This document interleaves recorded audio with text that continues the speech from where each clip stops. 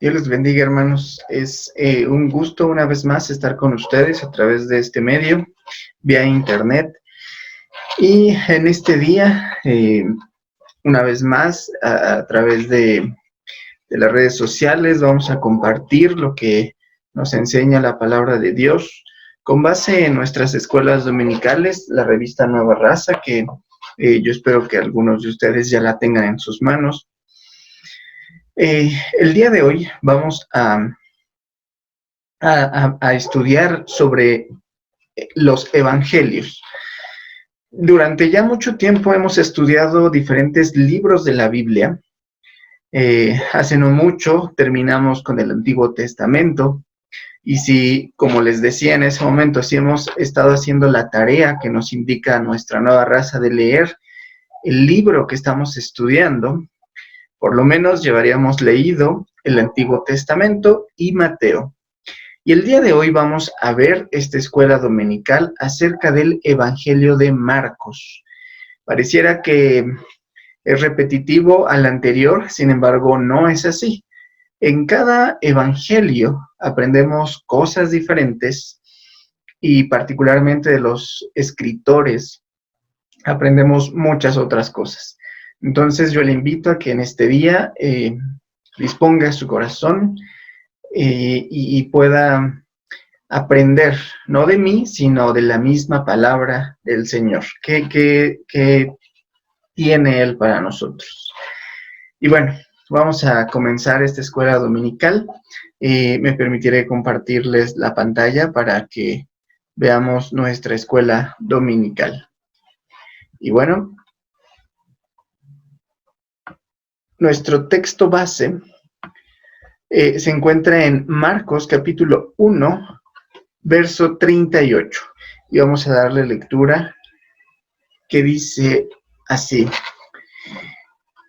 Dijo el Señor: vamos a los lugares vecinos para que predique también allí, porque para esto he venido. Veamos rápidamente nuestras verdades bíblicas. Primero, la Biblia nos enseña que el Señor Jesucristo tenía un propósito bien definido en todo lo que hacía. Como vimos en nuestra cita anterior, el Señor Jesús les dice a sus discípulos: es necesario que pase del otro lado, porque para esto he venido. Él tenía bien fijo un propósito que tenía que cumplir aquí en la tierra.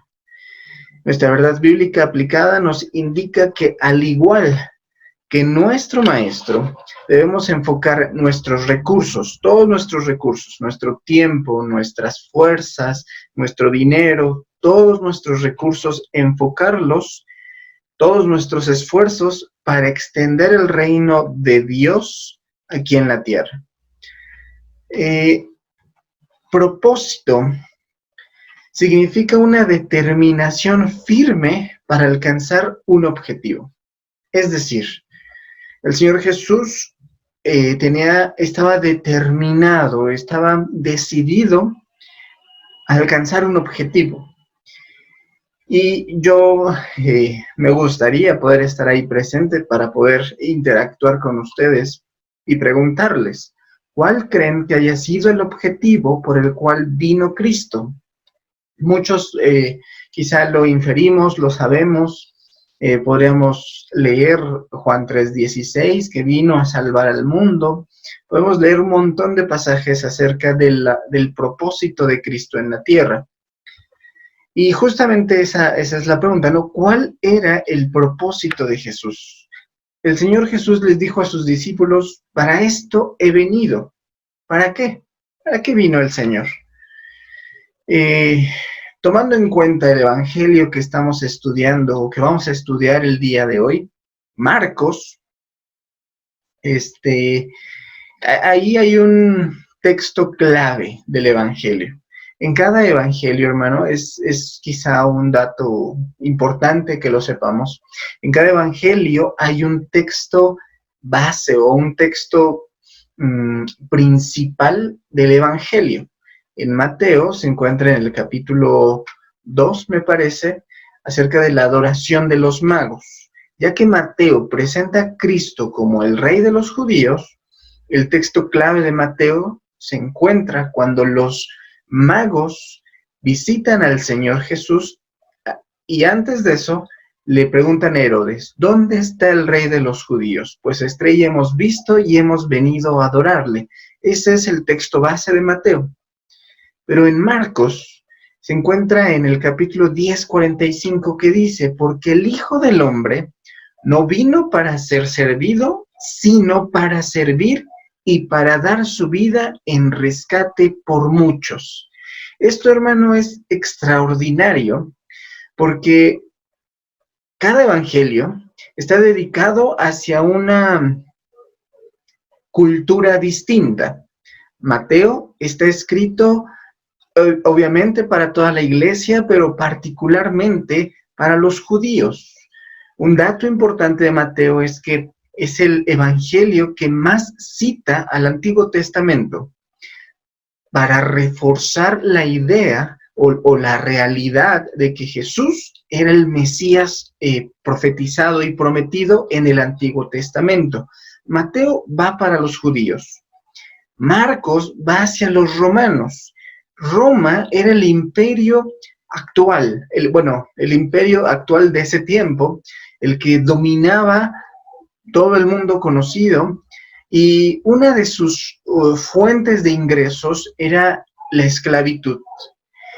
Los romanos tenían diferentes castas o diferentes escalones en la pirámide social, teniendo hasta arriba los gobernadores, los importantes, los patricios, y escalonándose hasta los esclavos.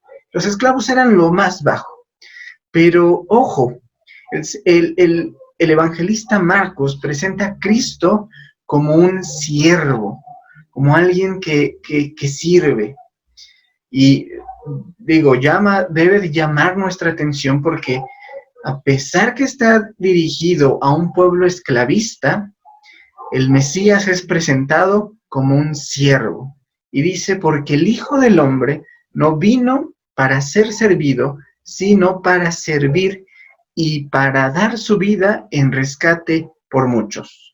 Hay mucho que podríamos decir acerca de este pasaje y hacia quién está dirigido. Otra cosa es que los romanos, como otras culturas, ofrecían muchos sacrificios a sus dioses para complacerlos y para poder pues, ser bendecidos por sus dioses.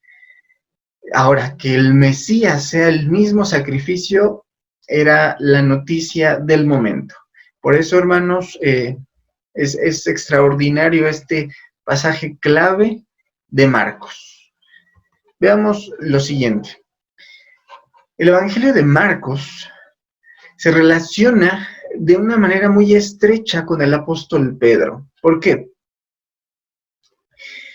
Bueno, ahorita vamos a ver brevemente un poco de la biografía del evangelista Marcos, pero en Primera de Pedro 5:13 escribe Pedro hacia las iglesias y dice, la iglesia que está en Babilonia, elegida juntamente con vosotros, y Marcos, mi hijo, os saluda.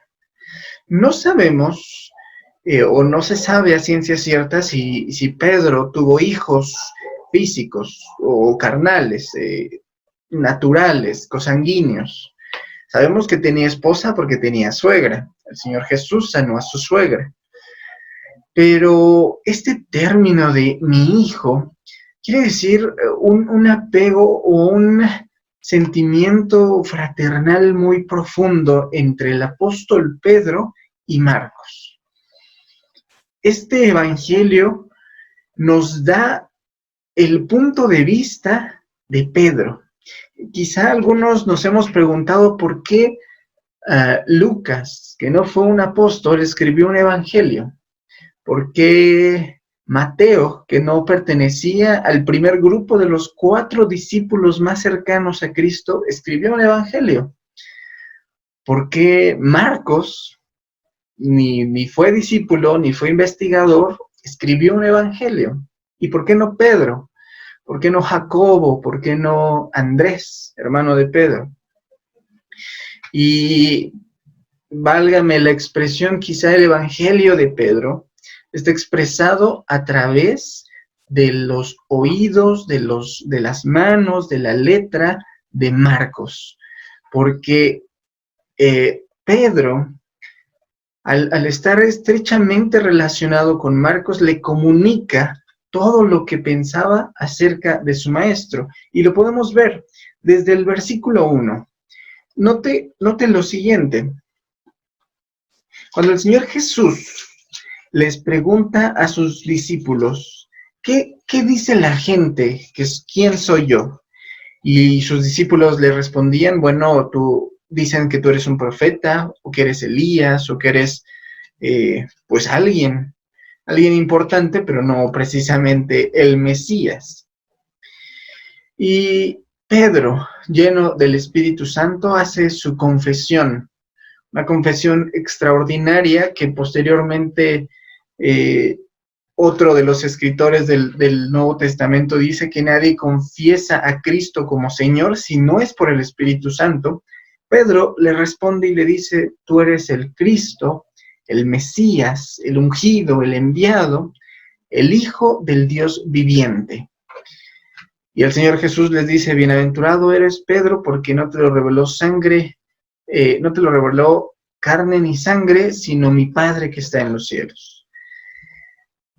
Desde el principio, Marcos reconoce a Cristo como el Hijo de Dios.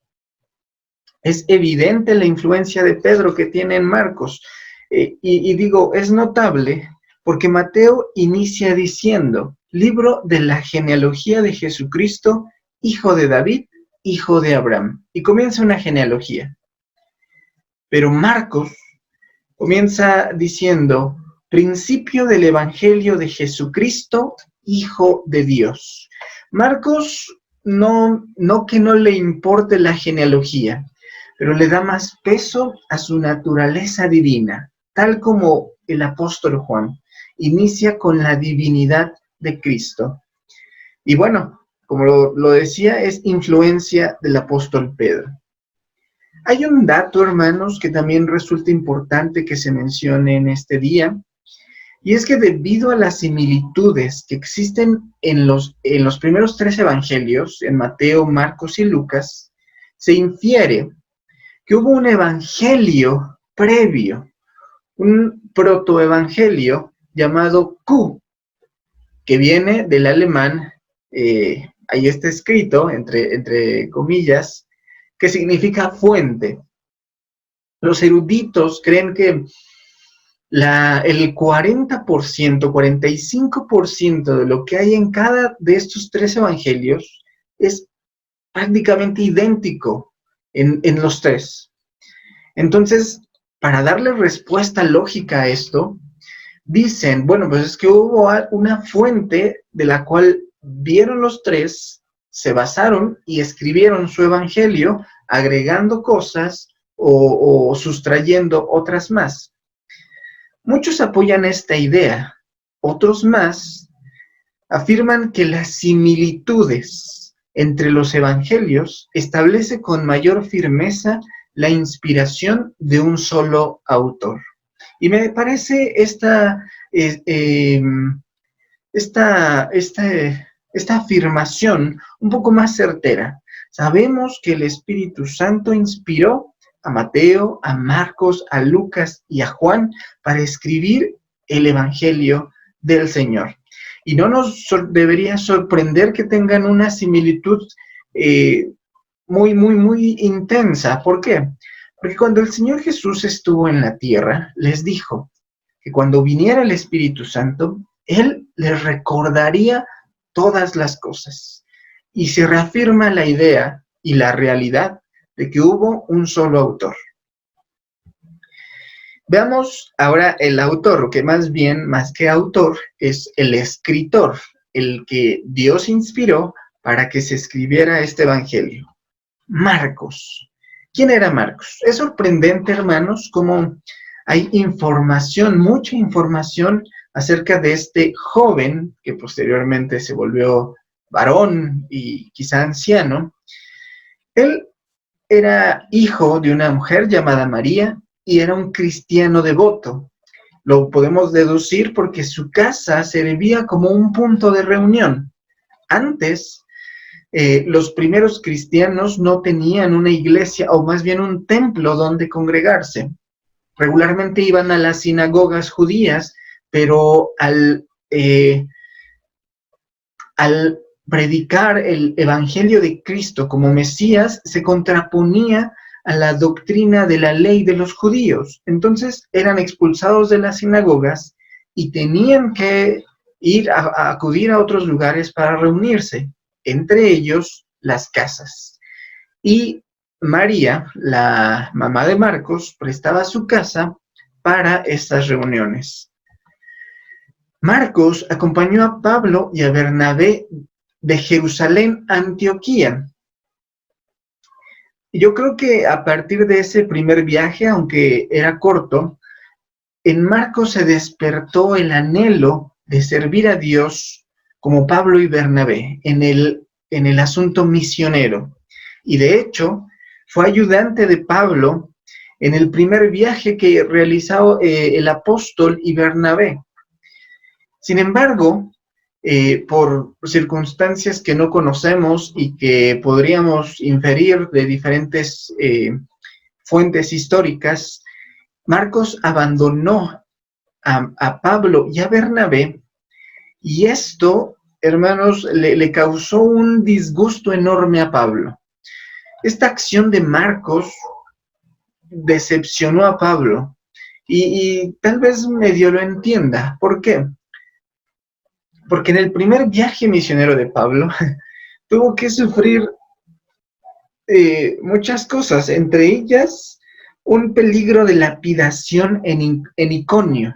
Lo querían apedrear los judíos que vivían en Iconio, pero en Listra sí lo apedrearon. Es decir, desde el primer viaje misionero, Pablo se enfrentó a dificultades bastante complicadas, valga la redundancia, difíciles. Y Marcos, al haber huido de esto, sin duda Pablo se decepcionó de él. Sin embargo, Marcos, a pesar de su caída o a pesar de su negación primera, persistió en la obra, insistió en querer servir. Y de hecho, en el segundo viaje misionero, Bernabé le dice a Pablo, llevemos a Marcos. Pablo no quiere, disputan entre sí Pablo y Bernabé y se separan. Bernabé se lleva a Marcos y Pablo se lleva a Silas. Marcos persistió en esta obra misionera y al final se ganó la confianza total de Pablo. En Colosenses 4:10 y en 2 de Timoteo 4:11 hace referencia a este Marcos. Primero le dice que le resulta útil en el ministerio y en otro pasaje le dice que es apreciado por él.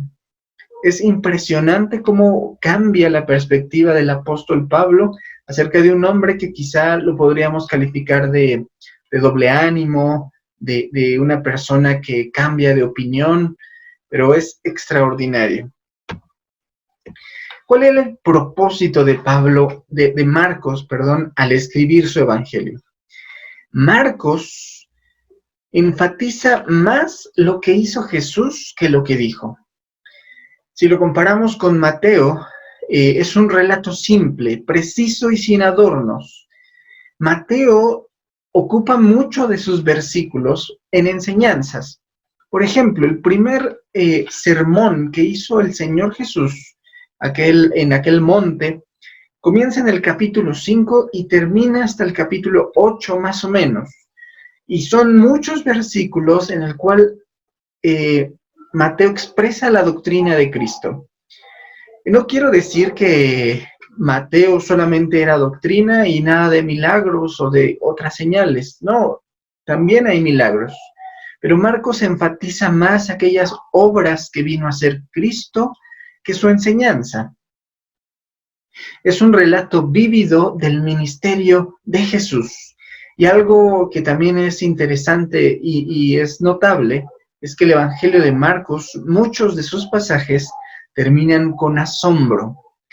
Si usted lee cada milagro que el Señor Jesús hizo, pues termina Marcos diciendo que quedaban asombrados, o quedaban atónitos, o quedaban preguntándose, ¿quién es este que hasta el mar le obedece y calla? Así escribe Marcos. Desde el principio hasta el final, Marcos es un libro de asombro. El Evangelio pasa rápidamente de un episodio a otro y se dirige, como lo decía al principio, a la iglesia de Roma.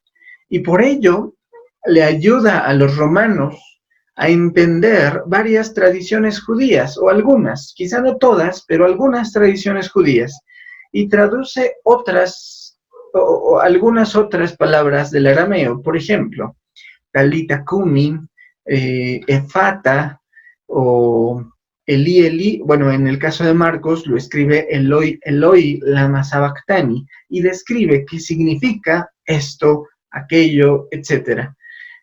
Marcos ayuda al escritor a entender no solo el idioma, sino el mensaje que quería dar el Señor. Debido a que la iglesia, y esto también, hermano, perdón si insisto en decir que son datos importantes, pero yo espero que después de escuchar esta escuela dominical, usted tenga ganas de leer el Evangelio de Marcos con otros ojos.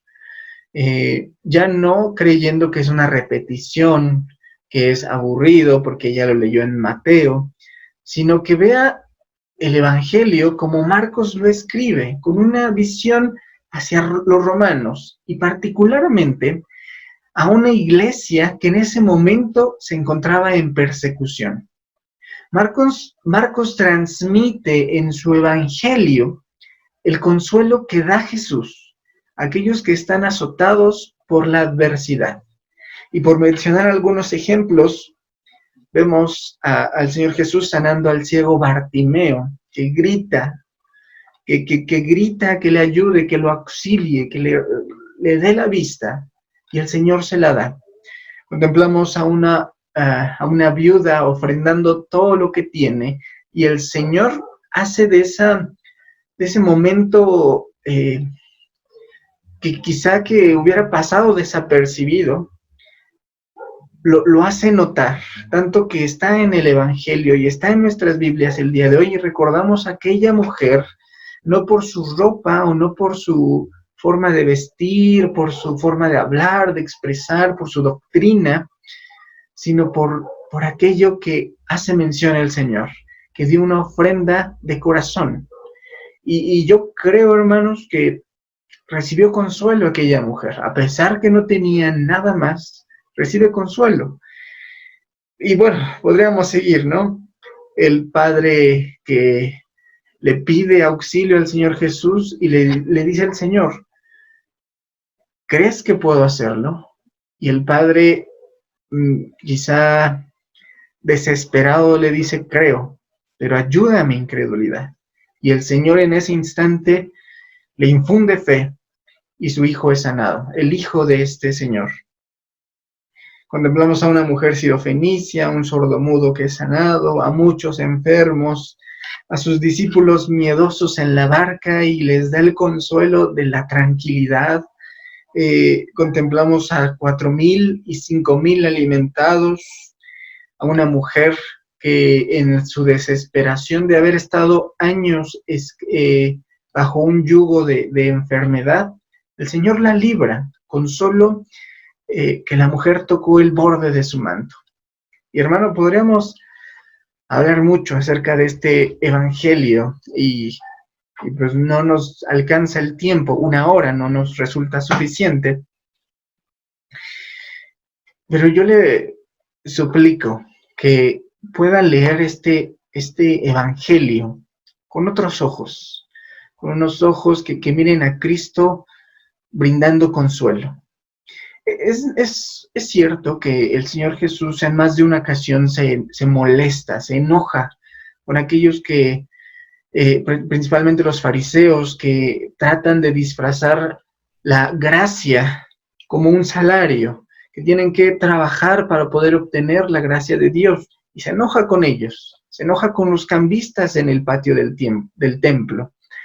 A los fariseos les dice sepulcros blanqueados y los confronta, pero aquellos que reconocían su debilidad, su pecado, su incapacidad de ser salvos por sí mismos, se muestra misericordioso y bondadoso. Véalo así, porque así lo presenta Marcos. Como un verdadero creyente, Marcos manifiesta tanto la naturaleza divina como la humana del Señor Jesús, y de inmediato le reconoce como hombre y como hijo de Dios. Marcos hace énfasis en 4 cosas particulares. Por ejemplo, en la cruz. Hace referencia al qué llevó a Cristo a la cruz. Obviamente hubo causas humanas.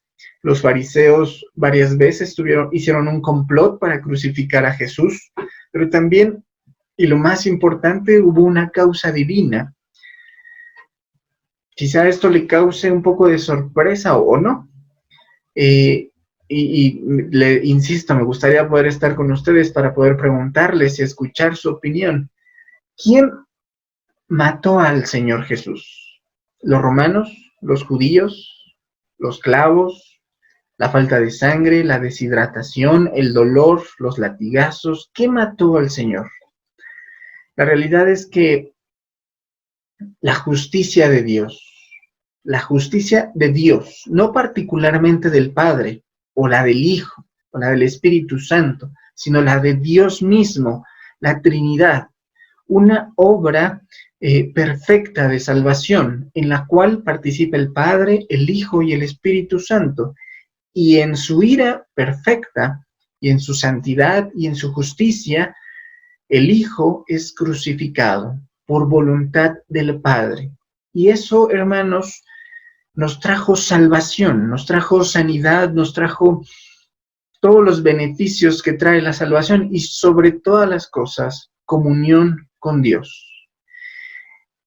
Marcos también hace énfasis al discipulado, no solamente es palabra, no solo es enseñar, sino también actuar. Como diría Santiago, de nada nos sirve ser oidores de la palabra y no hacedores de la palabra. También Marcos hace énfasis a Jesús como maestro, aunque tiene pocas enseñanzas en comparación de Mateo o los otros evangelios, enfatiza mucho a Jesús como rabí, como maestro. Por último, Marcos también hace énfasis en el anonimato mesiánico, y esto a mí me desconcertaba. Cada vez que leía los evangelios y veía cómo el Señor Jesús sanaba a un leproso o a 10 y les decía, no le digan que yo los sané, no le digan a nadie. O al ciego le decía, no digas que yo te sané. Y luego a otros, como a la samaritana, les dice, ve y predica. O al endemoniado gadareno, que cuando lo exorciza le dice, ve, quédate en tu casa y predica y dile a la gente cuán grande misericordia ha tenido Dios contigo. A mí me desconcertaba. ¿Por qué Jesús prohibía a algunos decir que él los había sanado? E incluso a los demonios, cada vez que un endemoniado se enfrentaba a Jesús, le decía, yo te conozco, y el Señor de inmediato los reprendía. ¿Por qué?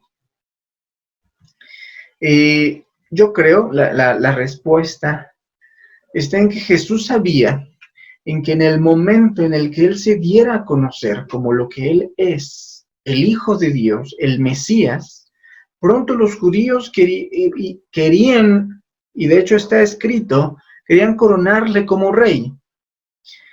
Y más de una vez se les escapó. El Señor sabía que los judíos estaban ciegos, sordos, endurecidos, y que al primer evidencia de que él era el ungido, lo iban a querer colocar como un caudillo, como un rey humano y terrenal. Y Él no vino a establecer un reino físico a la tierra, sino a dar su vida por muchos. Por eso les decía a unos, no digan, porque es necesario que continúe extendiendo el reino en la tierra.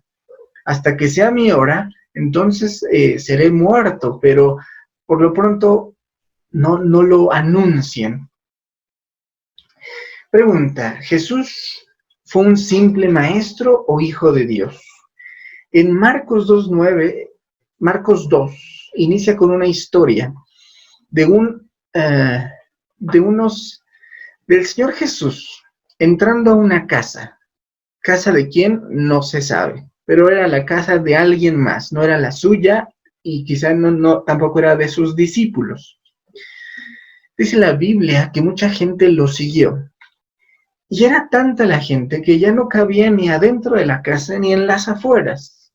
Pero se corrió la voz que ahí estaba Jesús. Entonces, un paralítico, llevado por sus amigos, es transportado al techo, hacen un hoyo, lo cual es impresionante, hacen un hoyo y lo bajan enfrente del Señor Jesús. Y esto, hermanos, yo no era dado a mirar los detalles, pero a veces allí en esos detalles se muestra mucho el carácter de las personas y particularmente de Dios en la Biblia. Dice el Evangelio que se abre el boquete y seguramente cayó polvo y tierra y la polvareda.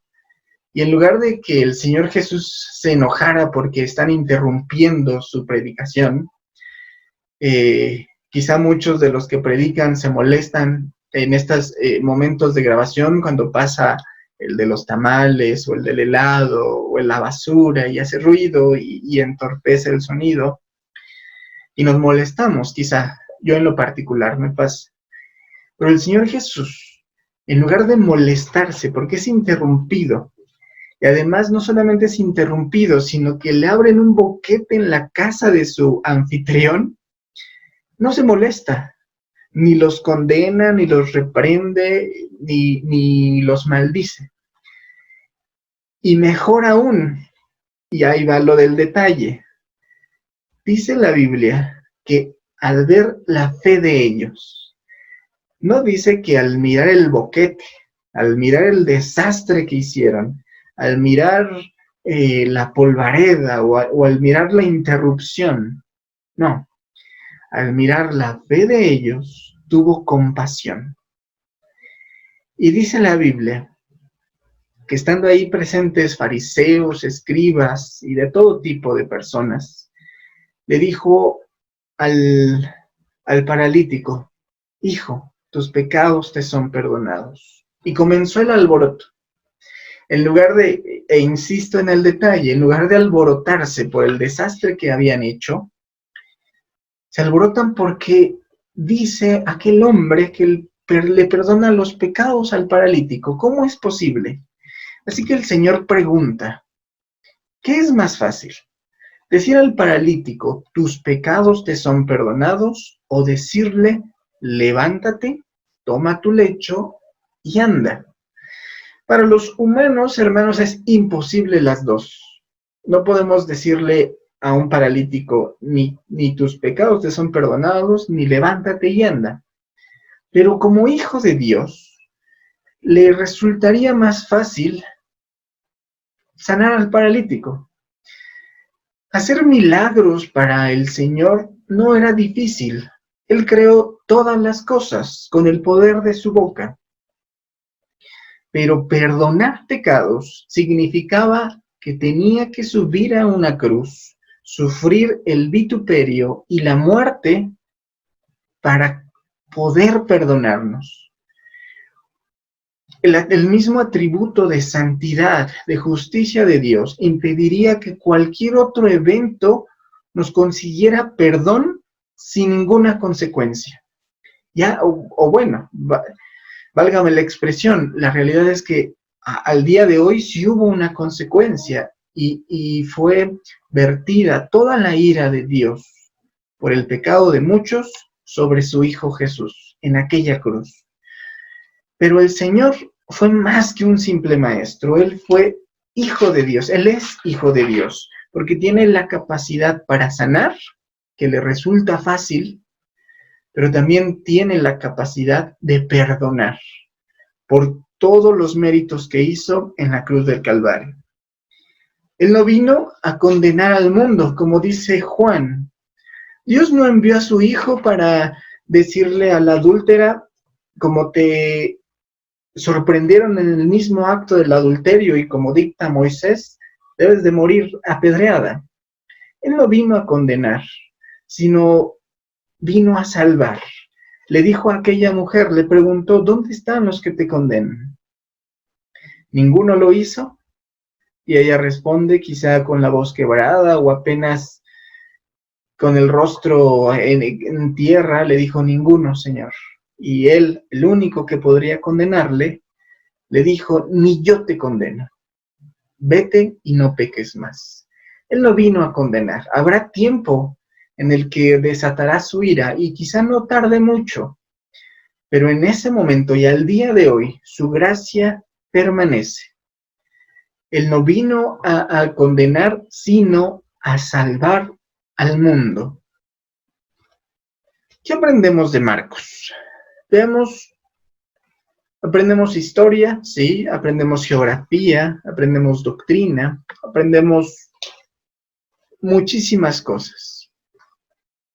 Pero lo que quisiera hoy resaltar de lo que aprendemos del evangelista Marcos es que Dios es un Dios de segundas oportunidades. ¿Por qué? ¿Por qué de Marcos particularmente? Porque Marcos ya era cristiano y tenía el anhelo de servir a Dios, como lo vimos hace un momento. Era hijo de una mujer piadosa, su casa se prestaba para las reuniones. Acompañó a Pablo y a Bernabé en el primer viaje que fue de Antioquía a Jerusalén y luego en su primer viaje misionero, aunque falló. Renunció al primer viaje, pero necesitó volver a servir. Y pese a las malas opiniones de Pablo, yo creo que el ímpetu, el anhelo de servir de Marcos fue mayor. Así que se gana la confianza no solo de Pablo, sino de Bernabé, de Pedro, yo creo que de todos los apóstoles, y particularmente de Pedro, de quien escucha de primera mano las enseñanzas de Jesús, y con ello tiene material para escribir su evangelio de consolación a los que padecen persecución. ¿Qué hubiera pasado? Una pregunta allí como de inferencia. ¿Qué hubiera pasado si Marcos se hubiera dado por vencido? Si Marcos renunció en el primer viaje misionero, si hubiera escuchado las palabras de Pablo y aquella pelea que tuvo incluso con Bernabé ocasionada por Marcos, ¿qué hubiera pasado si él se hubiera entristecido, se hubiera deprimido, hubiera dicho, bueno, Pablo tiene razón y de hecho ya hice pelear a dos buenos amigos, no sirvo para esto? ¿Qué hubiera pasado? Quizá hubiera entrado en una depresión profunda y llegar al punto de Judas Iscariote y suicidarse. No lo sabemos. Lo que sí sabemos es que, bueno, Dios pudo haber agarrado a alguien más para escribir otro evangelio. Quizá no Marcos, quizá Tomás, quizá Dios hubiera escogido quizá otro para escribir este evangelio. Sin embargo, vemos que Marcos no renuncia, sino que persiste y escribe el evangelio que muestra a un Jesús distinto a como lo muestra Mateo, a como lo muestra Lucas o Juan. Es cierto, hermanos, que Jesús al inicio prohibió que se dijera que Él es el Mesías, que vino a salvar a judíos y a gentiles. Sin embargo, el día de hoy tenemos una comisión en nuestras manos. Al día de hoy, usted pudiera decir, bueno, en toda esta pandemia ni siquiera he abierto la Biblia. Teniendo tiempo, no la he leído. Teniendo tiempo de escuchar predicaciones, no las he escuchado. Y quizá suena curioso, pero quizá esta predicación tampoco la escuche quien la tenga que escuchar.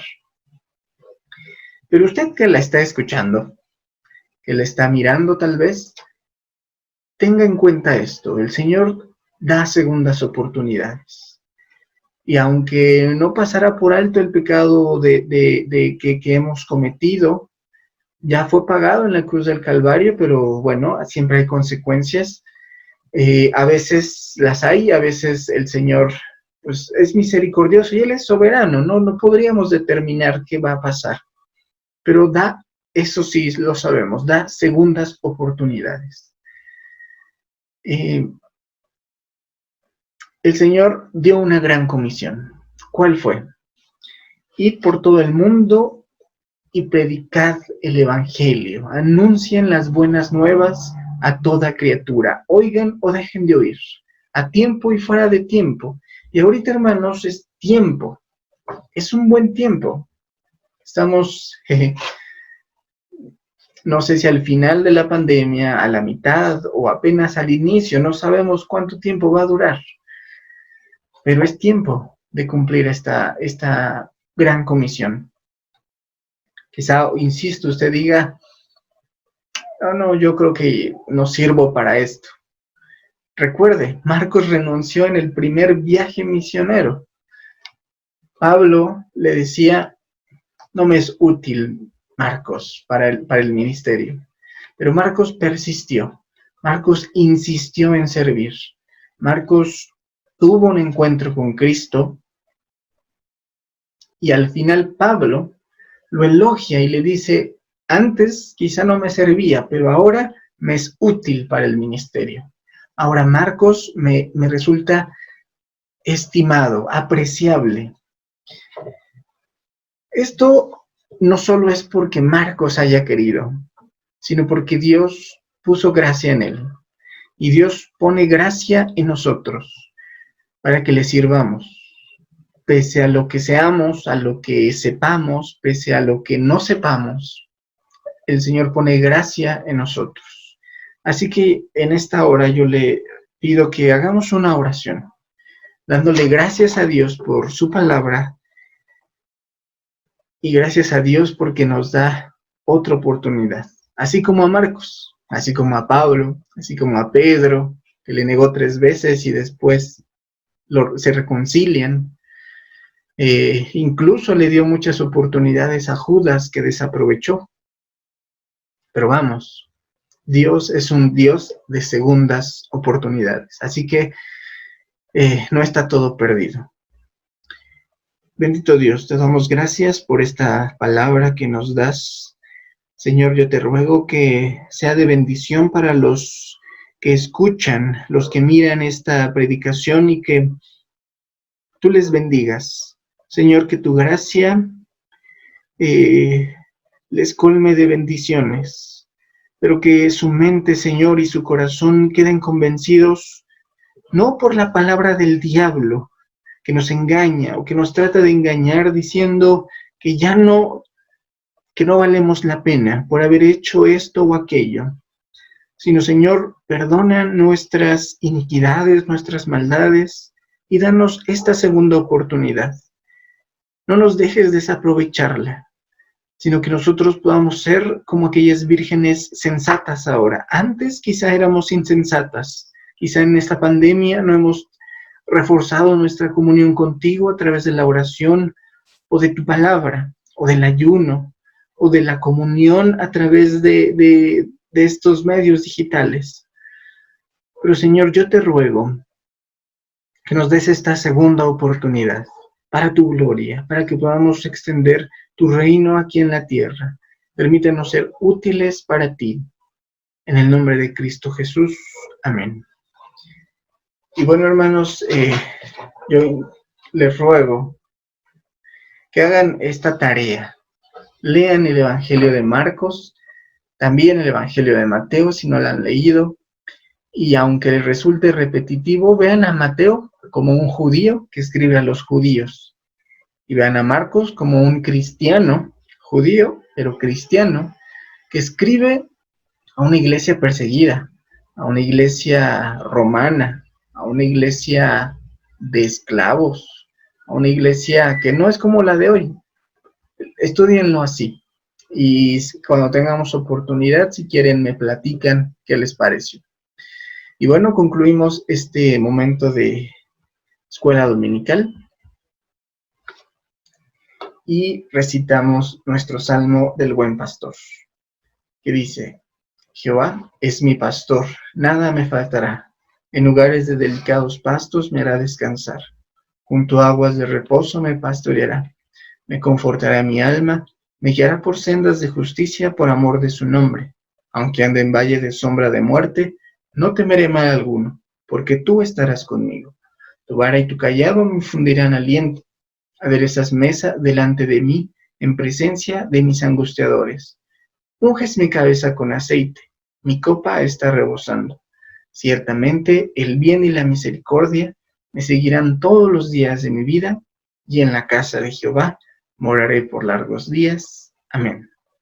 Hermanos, fue un gusto poder compartir con ustedes esta escuela dominical. Yo espero poder seguir compartiendo con ustedes y yo espero que Dios les bendiga y que tengan la paz de Dios. Nos estamos viendo, hermanos.